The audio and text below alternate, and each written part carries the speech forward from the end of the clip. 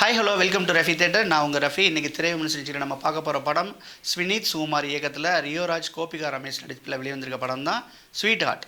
இந்த படத்தோட கதையை பற்றி பார்க்குறோம்னா, ஹீரோவுக்கு ஹீரோடைய அம்மா தன்னுடைய 5 வயசுலேயே விட்டுட்டு போயிடுறாங்க.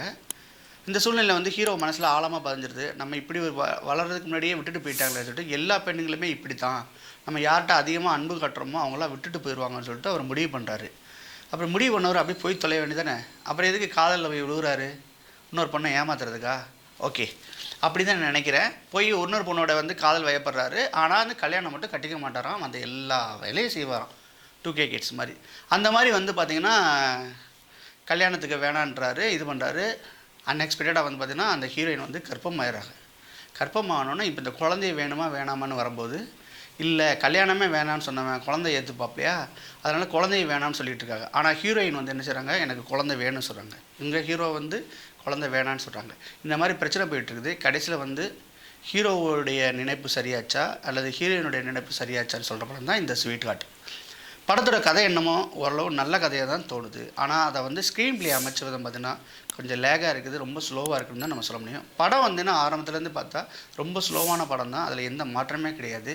படத்தோட பாசிட்டிவ் என்ன அப்படின்னு சொன்னோம்னா, இந்த பெண்கள்லாம் இப்படி தான் அப்படின்னு சொல்கிறாங்க இல்லையா, அதையும் தாண்டி ஒரு கருவுற்ற பொண்ணு எவ்வளவு வாழ்க்கையில் 15 வருஷம் 20 வருஷம் 30 வருஷம்லாம் ஆனவங்கள்லாம் தன் குழந்தை கிடைக்காம அலையிறாங்கங்கிறதையும், ஆனால் அசால்ட்டாக ஒரு குழந்தை கிடைச்சிருது, ப்ரெக்னென்ட் ஆகிடுறாங்க. அந்த குழந்தைய கருவை கலைக்கிறதுக்கு எப்படிலாம் இந்த சின்ன பசங்க, அதாவது 2K கிட்ஸு இவங்கெல்லாம் பார்த்தீங்கன்னா அசால்ட்டாக கருவை கலைக்கிறாங்க, மறுபடியும் ஃபுல்லாக வரும்லாம் நினைக்கிறாங்களே, அந்த நினப்புலாம் தப்புங்கிறத சொன்னது தான் இந்த படத்துடைய பெரிய பாசிட்டிவ்னு நான் நினைக்கிறேன். படத்தோட ஹீரோ ரியோராஜ் பார்த்தீங்கன்னா அவர் தன் யதார்த்தமான நடிப்பாக படத்தில் நல்லாவே வாழ்ந்திருக்கான்னு நான் சொல்ல முடியும். படத்தோட ஹீரோயினை பற்றி இந்த படத்தில் நம்ம சொல்லியே ஆகணும். புதுமுகம்னு நினைக்கிறேன். டிராகன் படத்தில் ஒரு சின்ன ரோல் பண்ணியிருப்பாங்க கோபிகா ரமேஷ். சான்ஸே இல்லைங்க அந்த பொண்ணு.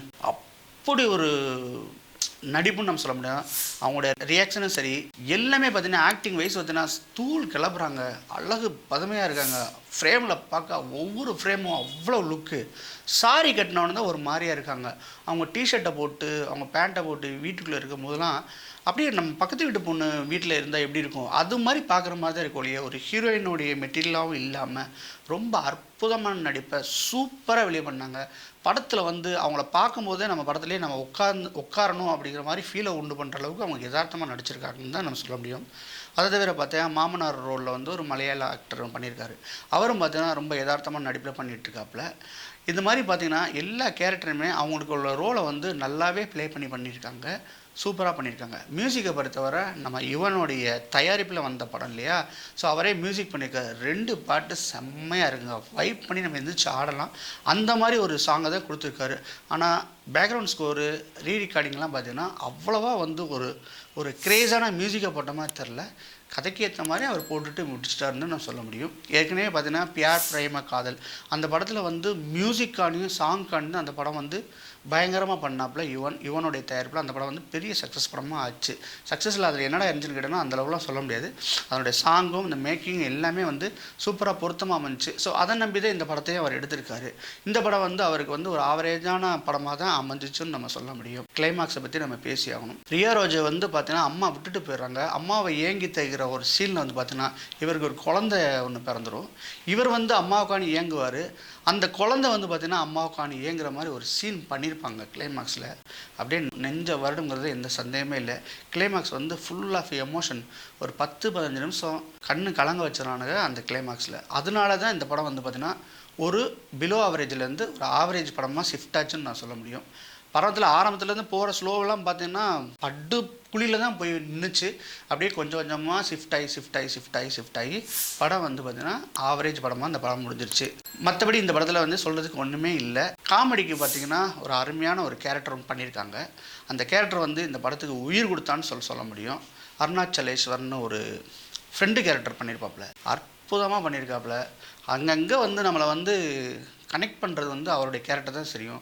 அவர் பார்த்தீங்கன்னா ஒரு பொண்ணை உஷார் பண்ணிட்டு வச்சுட்டு 10 நிமிஷத்தில் வந்துடுறேன்னு சொல்லிட்டு எஸ்கேப் ஆகிற சீனு ரொம்ப நல்லாவே காமெடி போச்சு இன்டர்வல் வர.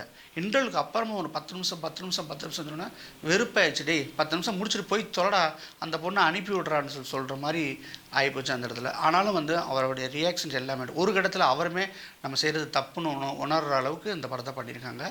அவருடைய கேரக்டர் வந்து இந்த படத்துக்கு ரொம்ப இம்பார்ட்டன்ட். தமிழ் சினிமாவுக்கு ஒரு புதிய காமெடியன் வந்து வரவுங்கிறத சொல்கிற அளவுக்கு இருந்துச்சு. ஏற்கனவே நம்ம ட்ராகன் படத்தில் வந்து குட்டி ட்ராகனாக வர்ற ஹர்ஷத் கான் வந்து ஒரு புது வரவாக இருந்தார். அதுக்கடுத்து விஜே வீலாக் சித்து வந்து பார்த்திங்கன்னா அவரும் வந்து ஒரு தமிழ் சினிமாவுக்கு ஒரு நல்ல காமெடியன் திரும்ப வந்துட்டார். நம்ம விக்னேஷ்காந்த் மாதிரி இவங்களும் ஒரு புது வரவாக இருப்பாங்க, அந்த ரேஞ்சில் தான் இருந்துச்சு. அதே மாதிரி இந்த படத்துக்கும் அவர் வந்து நம்ம உயிர் கொடுத்து பண்ணியிருக்காருன்னு தான் நான் சொல்ல முடியும்.